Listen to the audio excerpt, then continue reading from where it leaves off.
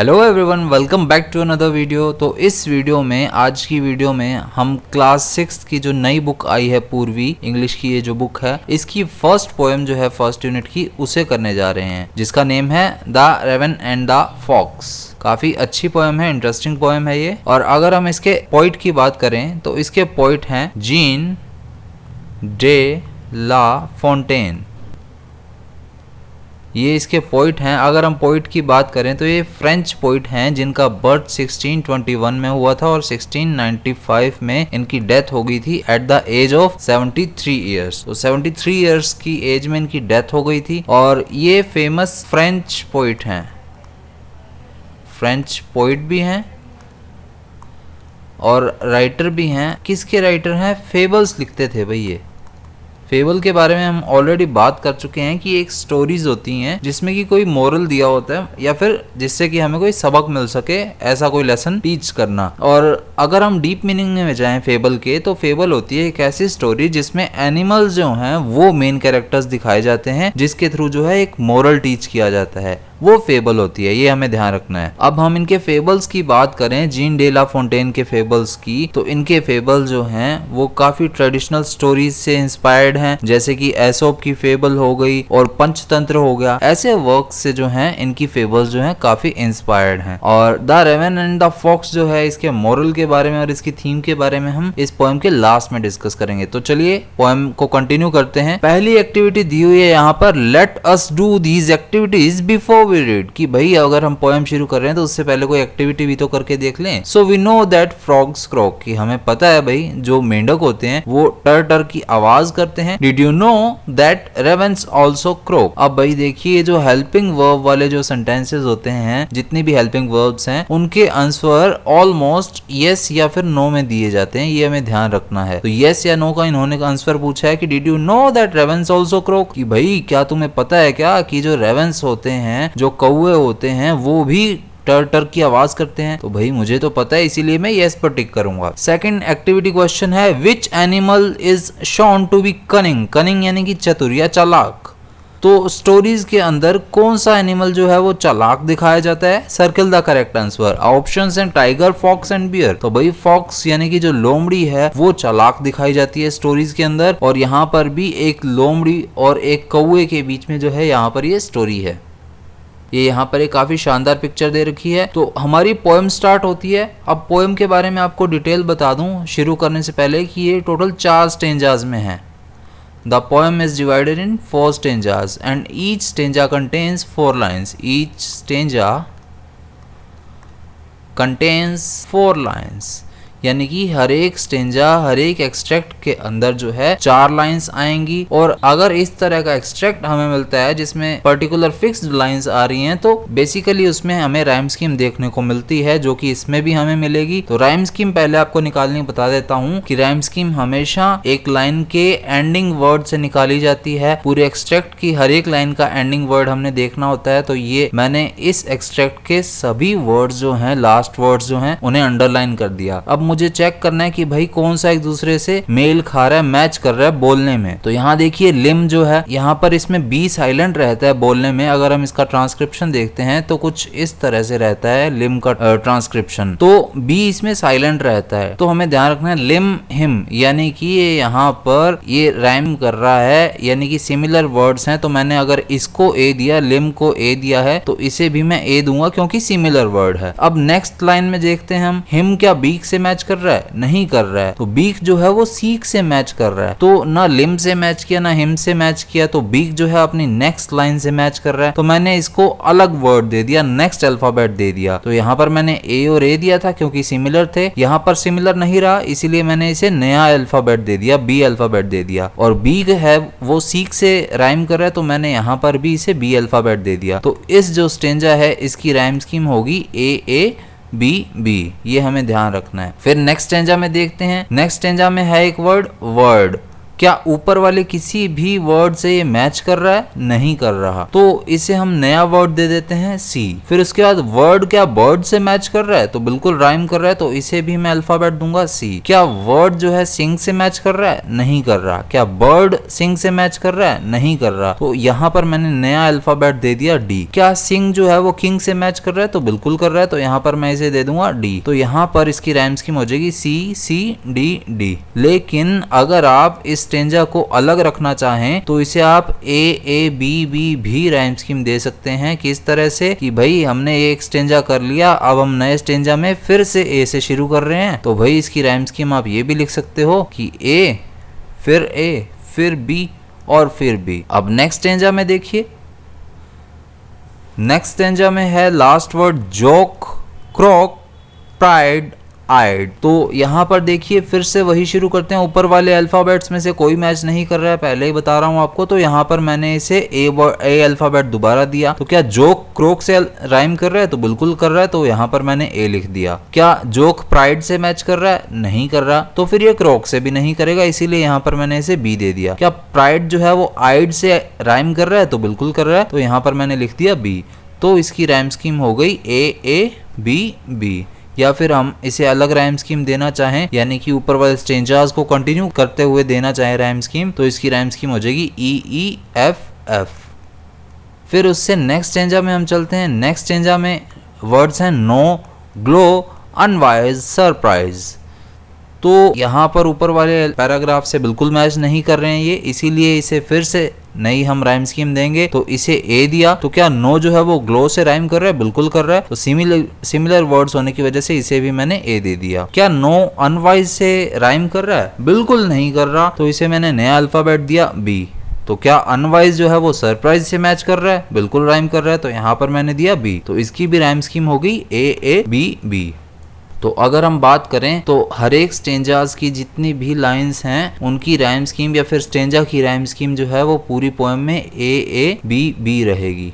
A B B ये हमारे लिए इंपॉर्टेंट है राइम स्कीम याद रखना कि भाई हमें राइम स्कीम दी है, उसी पर बेस्ड ये पोएम है, तो हम राइम स्कीम जरूर याद रखेंगे। अब पोएम रीडिंग स्टार्ट करते हैं। तो पोएम रीडिंग के अंदर आपको बता दूं, जब भी हम कोई पोएम रीड करते हैं तब वहां पर कुछ लिटरेरी डिवाइसेस, कुछ पोएटिक डिवाइसेस भी होती हैं जिन्हें हमें साथ साथ कंटिन्यू करना होता है। इस पोएम की एंड के अंदर जहां पर आपकी एक्टिविटीज, आपके क्वेश्चंस दिए हुए हैं, वहां पर भी हमें यहाँ पर लिटरेरी डिवाइसेस के बारे में बताया गया है। तो उसी बेसिस पर यहाँ पर आपको इस पोएम में मैं लिटरेरी डिवाइसेस का भी बताऊंगा, जो कि हम एंड में करेंगे जब हम मोरल और थीम के बारे में देखेंगे, तभी मैं आपको वो चीज भी बताऊंगा। Mister raven was perched upon a limb. तो यहाँ पर एक वर्ड है लिम। लिम जो है एक ब्रांच को कहा जाता है भाई, एक कोई भी ब्रांच, कोई भी टहनी होती है उसे लिम कहा जाता है। और जो वर्ड है पर्च्ड, पर्च्ड का मीनिंग होता है सिटिंग ऑन अ ब्रांच और the end of a seat. Sitting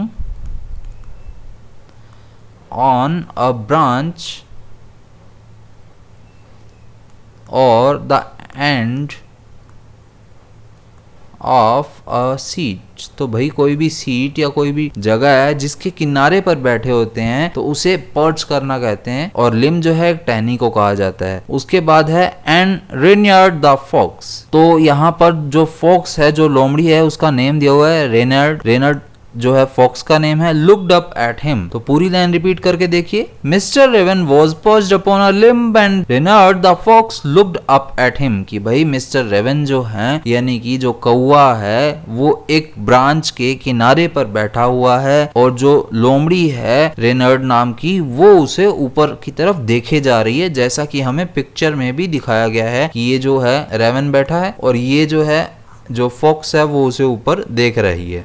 For the raven held in his great big beak a muzzle the fox would go far to seek। तो भाई जो रेवन है उसने अपनी बड़ी सी बीक के अंदर, बड़ी सी चोंच के अंदर एक चीज को जकड़ रखा है, हेल्ड कर रखा है, और वो है क्या? माउजल। माउजल मींस किसी भी फूड की कोई बाइट होती है। A bite of food, a bite of food.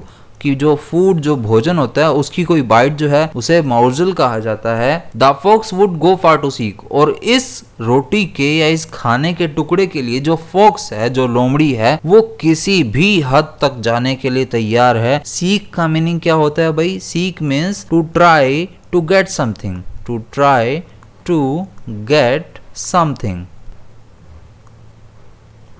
तो ये हमारा फर्स्ट स्टेंजा हुआ। अब सेकंड स्टेंजा स्टार्ट होता है। Said the fox in admiring tones, my word sir Raven you are a handsome bird. अब भाई जो फॉक्स है वो काफी एडमायरिंग टोन में, काफी प्रशंसा करते हुए, उसकी तारीफ करते हुए कहता है रेवन की कि भाई माय वर्ड, यहाँ पर माय वर्ड का क्या मीनिंग है? किसी भी चीज को सरप्राइज के लिए या फिर एक्सक्लामेशन के लिए रिप्रेजेंट करने के लिए किया जाता है। An exclamation of surprise, an exclamation of surprise, कि भाई किसी चीज को देखकर जब आप काफी सरप्राइज्ड हो जाते हो, उसके लिए ये फ्रेज जो है माय वर्ड यूज की गई है। अदरवाइज एक फ्रेज माय वर्ड होती है जिसका जो मीनिंग होता है वो ये होता है कि मेरी जुबान है तुम्हें, यानी कि मेरा प्रॉमिस है तुम्हें, लेकिन यहाँ पर है सरप्राइज रिप्रेजेंट करने के लिए। तो भाई फॉक्स कह रहा है एडमायरिंग टोन में, प्रशंसा करते हुए कि भाई मैं बहुत सरप्राइज हूँ इससे sir Raven, you are a handsome bird, कि भाई तुम बहुत ही एक शानदार एक हैंडसम बर्ड हो। सच फेदर्स, तुम्हारे जो फेदर्स हैं, तुम्हारे जो पंख हैं वो कितने शानदार हैं। If you would only sing the birds of these woods would call you the king, और अगर आप सिर्फ और सिर्फ गाएं ही तो इस वुड्स के, इस जंगल के जितने भी बर्ड्स हैं वो सभी आपको क्या बुलाएंगे भाई? तो वो आपको बुलाएंगे किंग। ये यहाँ पर एक तरह से तारीफ कर रहा है, फ्लैटरिंग कर रहा है। कौन कर रहा है फ्लैटरिंग? रेनर्ड द फॉक्स जो है वो यहाँ पर रेवन की फ्लैटरिंग कर रहा है, चापलूसी कर रहा है ताकि उसको ललचा सके। The raven who did not see the joke forget that his voice was just a croak। अब यहाँ पर एक वर्ड है क्रॉक। क्रॉक का क्या मीनिंग होता है भाई? मेंढक की तरह जब टर टर की आवाज करना होता है, जो कि हमसे फर्स्ट एक्टिविटी क्वेश्चन में भी पूछा गया था। तो जो क्रॉक की आवाज होती है टर टर करने की, वैसी ही आवाज जो है रेवन की होती है। सो जो रेवन था, जो कि इस जोक को समझ नहीं पाया कि भाई वो एक तरह से उसका मजाक उड़ाना चाह रहा है। कौन? Fox. Forget that his voice was just a croak, और वो भूल गया यहाँ पर रेवन की उसकी तो आवाज जो है वो किसकी तरह है? जैसे मेंढक के टर टर करने की आवाज होती है, वैसे ही यहाँ पर उसकी आवाज है। He opened his beak in his foolish pride and down fell the morsel the fox had eyed। और तभी जो है ये यहाँ पर रेवन इस खुशी में ही अपनी जो चोंच है उसे खोलता है, अपनी बीक जो है उसे खोलता है गाने के लिए। किस लिए?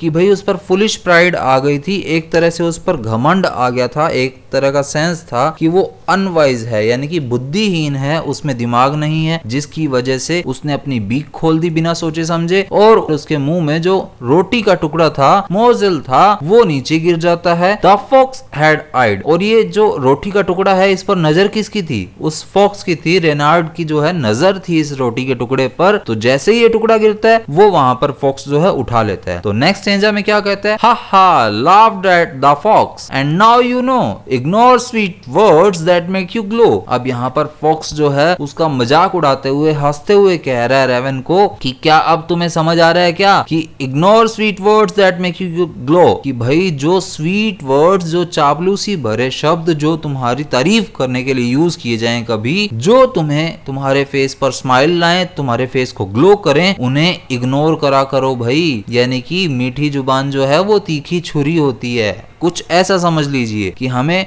कुछ स्वीट वर्ड से बचकर रहना चाहिए, क्योंकि जो तारीफ करने वाले होते हैं अक्सर वो कहीं ना कहीं हार्म भी पहुंचाते हैं। Pride my friend is rather unwise, I am sure this teaching is quite a surprise. Teaching means life lesson यहाँ पर बात की गई है।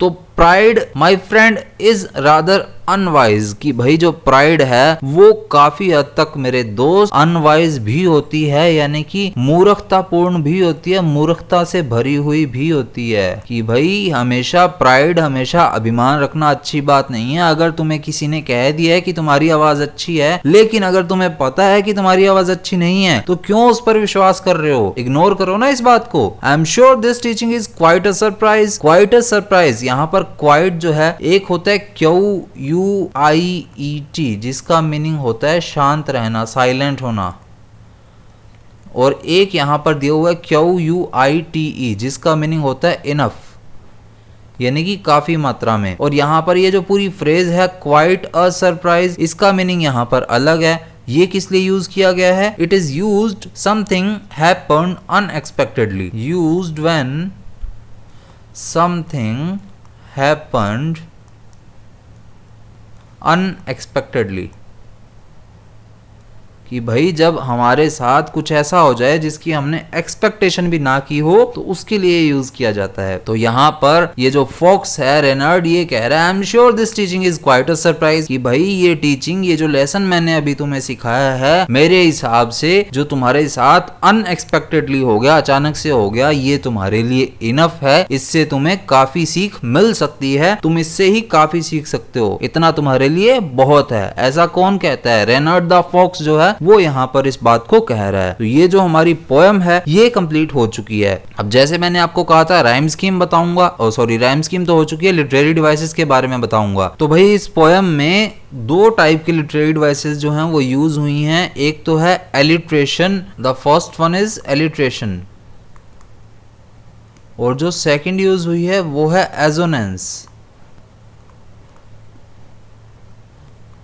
तो दोनों ही इजी हैं, कोई डिफिकल्ट नहीं है, लेकिन थोड़ा बहुत इसके लिए फोनेटिक्स जो हैं वो हमें आने चाहिए, जिससे कि हम आसानी से निकाल सकें इसे। एलिट्रेशन जो है वो काफी इजीली गेस किया जा सकता है, लेकिन एजोनेंस में कहीं ना कहीं थोड़ी दिक्कत आती है। तो इनकी डेफिनेशन लिख देता हूं पहले मैं। एलिट्रेशन क्या होता है? रिपीटेशन होती है भाई, repetition of consonant sound, consonant sound at the beginning of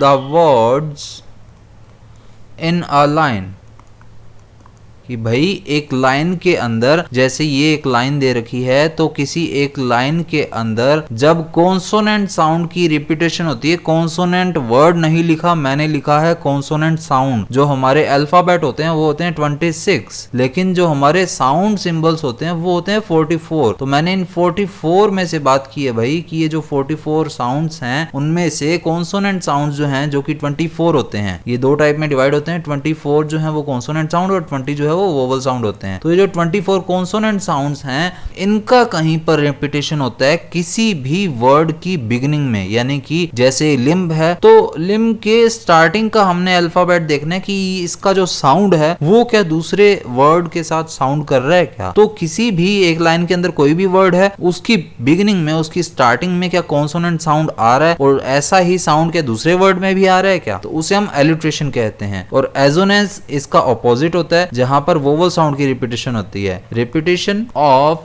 a vowel sound in the middle of the words in a line,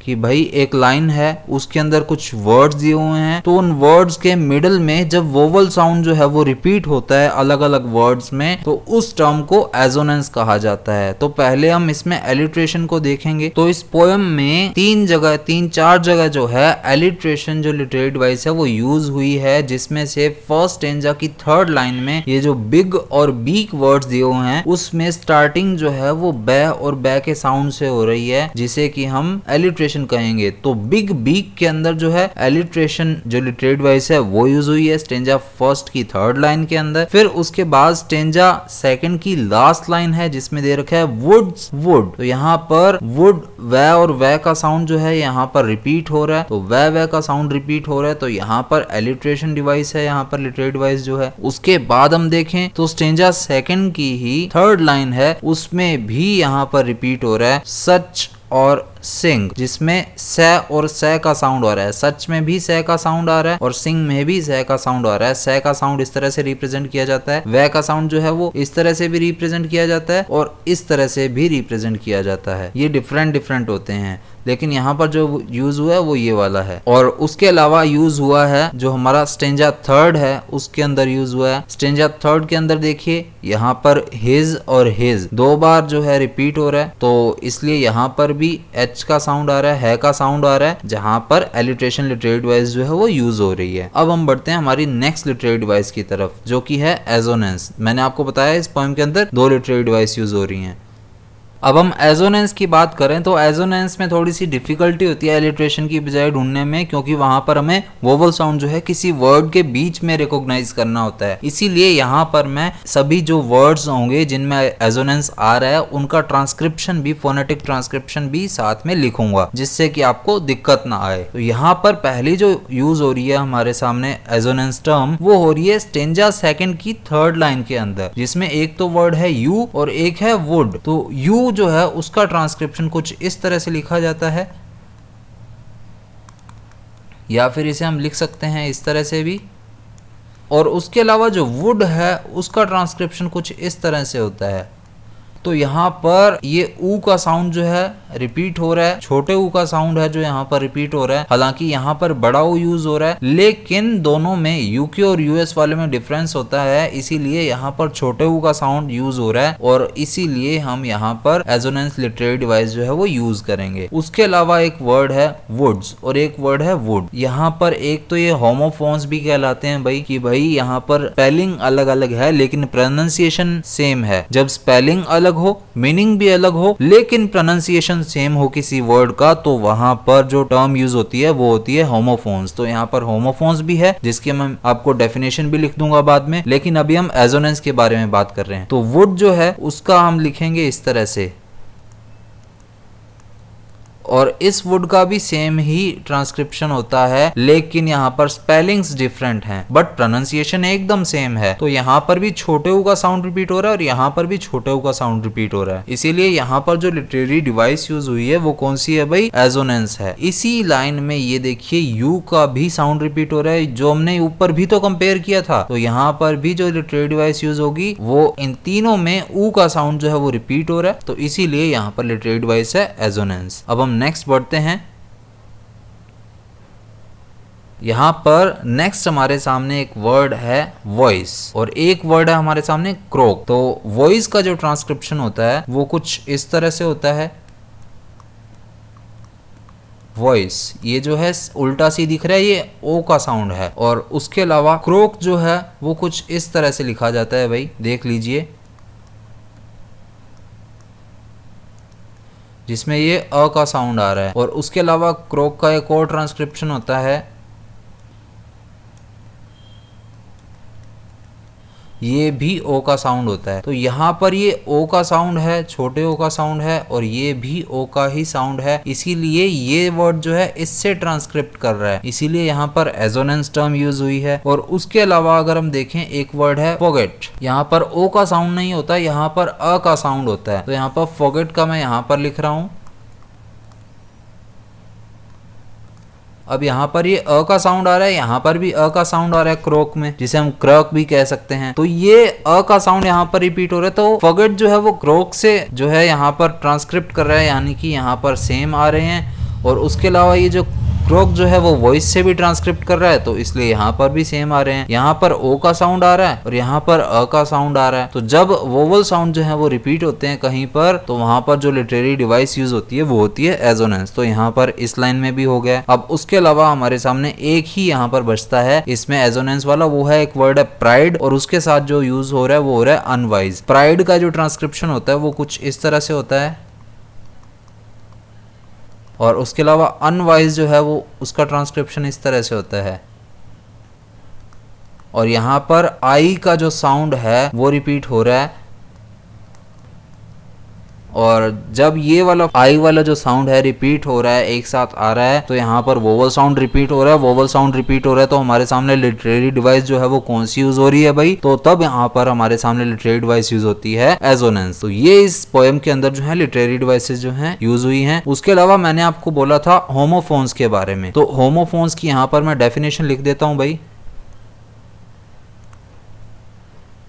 poems जितनी हमें देखने में छोटी लगती हैं उनका मीनिंग उतना ही डीप होता है, उनमें उतनी ही लिटरेरी डिवाइस, राइम स्कीम वगैरह बहुत चीजें यूज होती हैं। इसलिए पोएम जो है वो बहुत ही केयरफुली रीड करनी चाहिए, उन्हें अच्छे से पढ़ना चाहिए। तो होमोफोन्स क्या होते हैं? Words that have the same sound but different spellings and meanings are called homophones.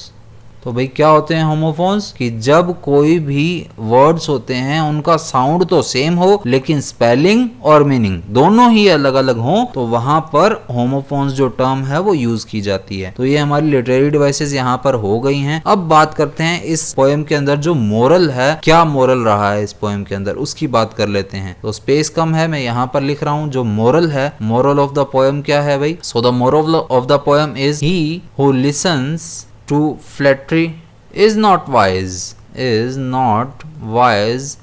for it has no good purpose। कि भाई वो बंदा जो फ्लैटरी को, जो चापलूसी को सुनता है वो समझदार नहीं होता, क्योंकि फ्लैटरी का कभी भी पर्पस अच्छा नहीं होता। जब कोई भी आपकी चापलूसी करता है तो सिर्फ उसे अपना काम निकलवाना होता है, इसलिए वो आपकी फ्लैटरी कर रहा है। इसीलिए चापलूसी को सुनना कभी भी बुद्धिमानी का काम नहीं होता है। उसके अलावा अगर हम इसमें थीम की बात करें तो दो इसमें थीम रही हैं। एक रही है फ्लैटरी जिसकी अभी हमने बात की, और दूसरी यहां पर रही है ट्रिकिटी, या फिर इसको हम कह सकते हैं ट्रिकरी। ट्रिकरी क्या होता है भाई? चालाकी चलना। और फ्लैटरी क्या होता है? चापलूसी करना। तो फ्लैटरी होगा it can get to your head and cause disadvantages. कि भाई जब आपके दिमाग पर कोई चीज हावी हो जाती है तो ये आपके लिए डिसएडवांटेजेस क्रिएट कर सकती है। और ट्रिकरी क्या होती है भाई? चालाकी चलना। A nice person may have ulterior motives. कि भाई एक जो अच्छा इंसान होता है, एक नाइस पर्सन होता है, उसमें भी कभी कभी पार वाली चीजें होती हैं, यानी कि वो भी कभी कभी आपको अच्छे से ही ठग सकता है। तो इसमें दो थीम्स हैं, फ्लैटरी और ट्रिकरी। ये हमें याद रखना है। इस पोएम के अंदर दो थीम्स हैं। तो इसी के साथ हमारी पोएम जो है वो कंप्लीट हो गई है। बहुत ही जल्द इसकी जो एक्टिविटीज हैं, इसके जो सॉल्यूशंस हैं उसके साथ मिलेंगे। तो मिलेंगे नेक्स्ट वीडियो में। जय हिंद।